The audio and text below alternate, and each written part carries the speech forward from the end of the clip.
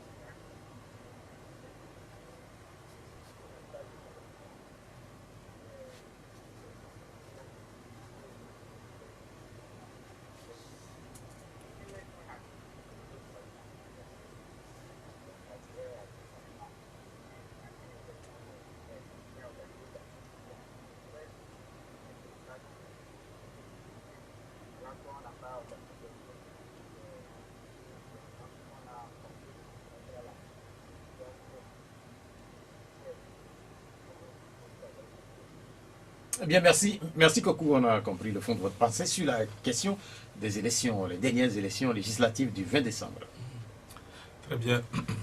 Alors, je suis d'accord avec vous qu'on aurait pu organiser les élections dans de meilleures conditions et qu'on aurait pu avoir de meilleures garanties de transparence et un niveau de crédibilité beaucoup plus élevé. Je suis d'accord avec vous là-dessus. Vous demandez comment un parti qui n'a pas été au Parlement lorsqu'on a organisé des élections que vous qualifiez vous-même de propres de 2013 peut y être alors que les élections ne sont pas propres.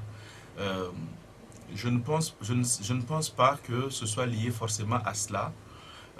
Dans le temps, un parti peut mieux s'implanter dans une région ou dans une partie du pays et avoir vraiment de l'assise. Si vous avez vu le travail qui a été fait par mon parti pendant ces dernières années, on aurait pu même gagner plus de place parce qu'il y a eu un travail de fond. Hier encore, il y avait des jeunes qui m'ont écrit que je n'ai même pas eu la chance encore de rencontrer dans la région, dans la préfecture du Golfe, qui se sont réunis, qui ont débattu, qui font des choses. Il y a des travail de fourmi qui est fait. Et c'est ce travail-là que moi j'encourage au sein du parti.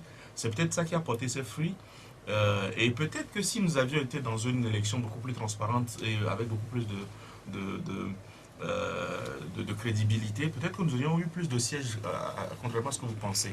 Parce que le travail de l'opposition, c'est un travail de fond et c'est ce que nous faisons, enfin un travail de terrain. Vous êtes un admirateur de Monseigneur Philippe Fanoko-Poziro, mais sur ces élections-là, vous avez sa position. Elle tranche avec ce que vous venez de dire. Il dit plutôt que ceux qui sont là-bas, qui sont nommés. Est-ce que c'est une position que vous comprenez? Oui. Ça vous fait sourire? Ça me fait sourire. Alors, c'est une question à laquelle je ne peux pas répondre sans rentrer dans une forme d'ambiguïté. Alors, telles que les choses se sont présentées à nous, on a vu que comme l'opposition n'y est pas allée, il n'y a pas eu de match. Et il n'y a pas eu d'enjeu. À partir du moment où il n'y a pas eu d'enjeu, il n'y a pas eu de match, peut-être que les listes ont été composées finalement en disant bon ben s'il n'y a personne, bon on fait en sorte qu'on place les meilleurs ici ou des gens ici pour que tout le monde puisse y arriver. Il y a eu peut-être des tractations, c'est ce que Monseigneur appelle, il y a eu des tractations, c'est pas peut-être, il y a eu des tractations où parfois bon, on a mis tel dans telle circonscription en telle de ligne parce qu'on sait que bon en tête de liste parce qu'on sait que comme l'opposition n'y va pas, ça va être facile de le proclamer vainqueur. Voilà. Monseigneur Podio parle avec beaucoup parfois de passion. Non, mais en fait, sur cette question, je suis surpris que vous parlez de passion, puisqu'il a évoqué d'autres sujets que vous partagez. Mais sur cette question-là, vous parlez de passion. Non, c'est pas parce que c'est pas parce que forcément je partage la plupart de ces idées que je ne constate pas que parfois il parle avec passion. Alors la passion ici, c'est pas. Est-ce que ça altère le fond de sa pensée? Non. En fait, Monseigneur Poziro a les défauts de ses qualités. Ce n'est pas un homme politique. Il n'a pas fait, il n'est pas de l'appareil politique. Même s'il a la légitimité de parler de la politique. C'est les politiques qui arrivent à enrober leurs paroles et à ne faire aucun écart ou à ne faire aucune erreur lorsqu'ils parlent ou à ne pas exagérer lorsqu'ils parlent. Lorsque nous, les communs des mortels, nous parlons, parfois nos propos dépassent nos pensées. Par exemple, j'ai suivi une émission sur laquelle il a tenu certains propos qui peuvent heurter tout de suite parce qu'il cite nommément certaines personnes et tout, mais en réalité, lui, il parle aux journalistes comme il parlerait à quelqu'un avec qui il travaille, alors que tout ce que vous dites à un journaliste reste dans le marbre. C'est vrai que sur la question des élections du 20 décembre, les avis sont partagés, mais de plus en plus de gens pensent que ceux qui sont au Parlement sont nommés. En réalité, c'est un débat qui frustre certains. Et on a compris que sur cette question, vous êtes vous-même un peu gêné. Un peu gêné, oui, je l'avoue. Mais au fond, qu'est-ce qui se passe? Moi, je veux revenir sur le contexte global. Au Togo, nous arrivons à nous piéger nous-mêmes dans des problèmes difficiles. Le boycott, pour moi, n'a de justification que si nous sommes prêts à choisir d'autres voies pour arriver au pouvoir que la voie républicaine, que la voie constitutionnelle. Or, nous sommes un certain nombre de Togo à dire qu'on ne veut pas sortir du cadre constitutionnel, on ne veut pas sortir de la voie républicaine. À partir de ce moment, le boycott n'a plus de sens. Si vous boycottez une élection, c'est que vous donnez blanc-seing puisque vous n'avez pas un recours alternatif. Donc pour moi, en réalité, Le vrai sujet, c'était là. Il ne fallait pas boycotter cette élection. Il fallait y aller. Mais comme on a boycotté l'élection, on se retrouve nous tous ici. Posez-nous la question. Vous savez, les populations ne comprendraient pas que nous ayons eu un tel niveau de mobilisation en août 2017 et qu'en décembre 2018, nous ayons cette situation politique-là. Donc, ce n'est pas l'histoire de dire on a nommé, on n'a pas nommé, ou on a fait ci. Non, ce n'est pas ça le sujet. Le vrai sujet, c'est que nous avons reculé par rapport à 2017. Il faut chercher à comprendre où se trouvent les responsabilités pour pouvoir avancer au lieu de faire le procès aux autres en nomination à l'Assemblée nationale. Allô? Allô? Allô? On n'a pas cet auditeur. En fait, on parlait de Monseigneur Philippe Fanoko Kodro tantôt et vous avez fait allusion à ce passage de la Bible. Quand, où est ton frère? Ou qu'as-tu fait à ton frère? Ici, j'avoue que c'est fort, Nyasingbe, qui sont mis dans le rôle des frères. Et le chef de l'État, doit-il libérer son frère? Je ne pense même pas que... Oui, posé comme ça, on parle de son frère. Mais je pense que à un moment donné, le pardon, la tolérance, la générosité font partie aussi des matériaux avec lesquels un leader, un chef peut gouverner et asseoir son leadership. Je ne sais pas si aujourd'hui on peut encore justifier la détention, le maintien en détention et dans des conditions que je ne les connais pas mais qu'on nous dit parfois, une personne comme Pachanya Singh. Ça n'a pas, à mon avis, de sens. Et je pense que le chef de l'État devrait accéder à cette demande et avoir ce courage-là de démontrer sa générosité, sa capacité à transcender certaines choses et à libérer Pachanya Singh. Nous l'avons déjà réclamé en 2010. Mon parti avait déjà réclamé la libération de Pachanya Singh en 2010 et nous avions promis à l'époque que si nous avions été en capacité de gouverner le pays, nous l'aurions fait. L'appel de Monseigneur Fanoko Kodro fait allusion ici aux conditions de détention à la prison civile de Lomé. Je ne sais pas si vous avez déjà franchi les grilles de la prison civile de Lomé. Est-ce que vous avez déjà rendu visite à quelqu'un là-bas? Non. Pas encore. Pas encore, mais j'ai vu des images, j'ai eu des commentaires, j'ai eu des témoignages. Je ne sais pas si les images, mais je crois qu'elles sont vraies parce que j'ai posé des questions à plusieurs personnes. Si ce sont là les conditions, et je pense que c'est inhumain. C'est extrêmement grave. Une prison, alors il faut comprendre ce que c'est qu'une prison. Une prison, ce n'est pas un lieu de torture, ce n'est pas un lieu de déshumanisation. C'est pas un lieu, c'est un lieu où on permet à une personne de sortir de la société pour qu'il ne présente plus de danger à la société et qu'il réfléchisse à son acte pour se préparer à sa réinsertion, à sa reconversion dans la société.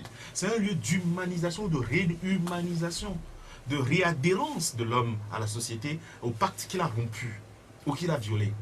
Et donc, vous ne pouvez pas réhumaniser une personne en le transformant en moins qu'un homme, en un animal, où des gens sont assis, entassés avec un seau au milieu.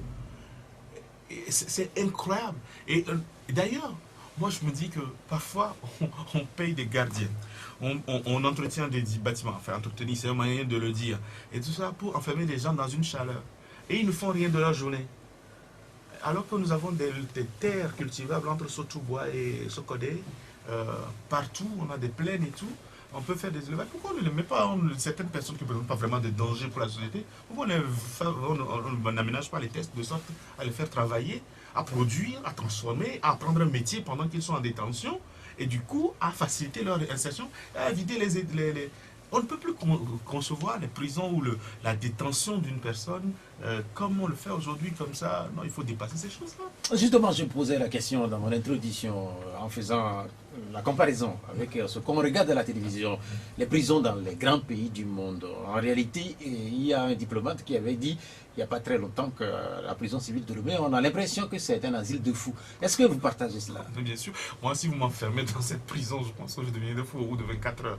Je pense que je deviendrai fou. Vous imaginez, je ne sais pas si vous êtes allé, mais... Nous avions eu la chance, une fois, lors de 2 reportages à la prison civile de Lomé, nous avions demandé aux régisseurs de nous amener à l'intérieur de la prison et nous avions été, ce qu'on a vu, indescriptible. Ce n'est pas vivable. C'est pas vivable. Alors, il faut dire aussi une chose. en France ou dans certains pays aussi, ça n'est pas toujours rose, mais ce n'est pas à ce niveau-là. Là, on parle de mètres carrés par personne et tout ça, mais on n'en est pas à ce niveau-là. Il y a des conditions qui se sont dégradées. Mais effectivement, non, je pense qu'il faut avoir un autre regard sur ce que c'est que détenir quelqu'un ou de permettre à quelqu'un de purger une peine qui a été prononcée par un juge. C'est même pas le torturer, ni psychologiquement, ni physiquement. Une question envoyée par un auditeur qui nous regarde depuis la France. Quelle est l'utilité du MPDD au Parlement? En fait, c'est le sens de sa question. Il nous regarde, je crois, du côté de Bourges. Je ne sais pas si c'est... Dans Bourges ou Nantes, en réalité, Nantes, oui. Tout député, dès lors qu'il arrive à l'Assemblée nationale, devient député du peuple. Et donc, c'est pas quand vous êtes élu, c'est au moment d'être élu que vous appartenez à un parti politique. Dès lors que vous rentrez à l'Assemblée nationale, vous devenez un député du peuple. Et dès lors que vous êtes député du peuple, vous avez une mission, c'est de travailler, de coopérer, afin de travailler souverainement à l'Assemblée nationale, mais pour accompagner le gouvernement à mieux servir le peuple. Donc on a cette utilité-là déjà. Mieux, c'est que le Premier ministre Kojo Agbome, qui siège au nom du MPDD aujourd'hui, est un ancien président de l'Assemblée nationale. Donc, il connaît bien l'arcane du travail à faire. Et c'est quelqu'un qui a une expérience politique très importante. Donc, à partir de ce moment, je pense qu'il peut accompagner, il peut aider, il peut orienter les débats, il peut apporter son expertise. C'est une utilité tout à fait forte, selon moi. Imaginez si demain on doit discuter la loi de finances. Quelqu'un comme Agbome au Parlement, je pense que c'est les premiers à pouvoir intervenir, à pouvoir décortiquer, expliquer. Mais est-ce qu'ils ne sont pas très seuls? Oui, alors, ça, l'utilité et l'efficacité, enfin, le fait de peser sur les débats, c'est autre chose. Mais être utile, c'est de pouvoir discuter, d'apporter quelque chose. Maintenant, oui, c'est vrai que quand on est en minorité, effectivement, on ne peut pas changer radicalement les choses, mais on peut... il y a des alliances aussi qui peuvent se créer, hein, des alliances de circonstances qui peuvent se mettre en place. Nous avons encore 6 minutes à partager ensemble. Togo, impossible démocratie ou démocratie impossible, je ne sais pas. Démocratie impossible. Démocratie impossible. En fait, c'est une interrogation. Absolument. C'est le titre de vos ouvrages.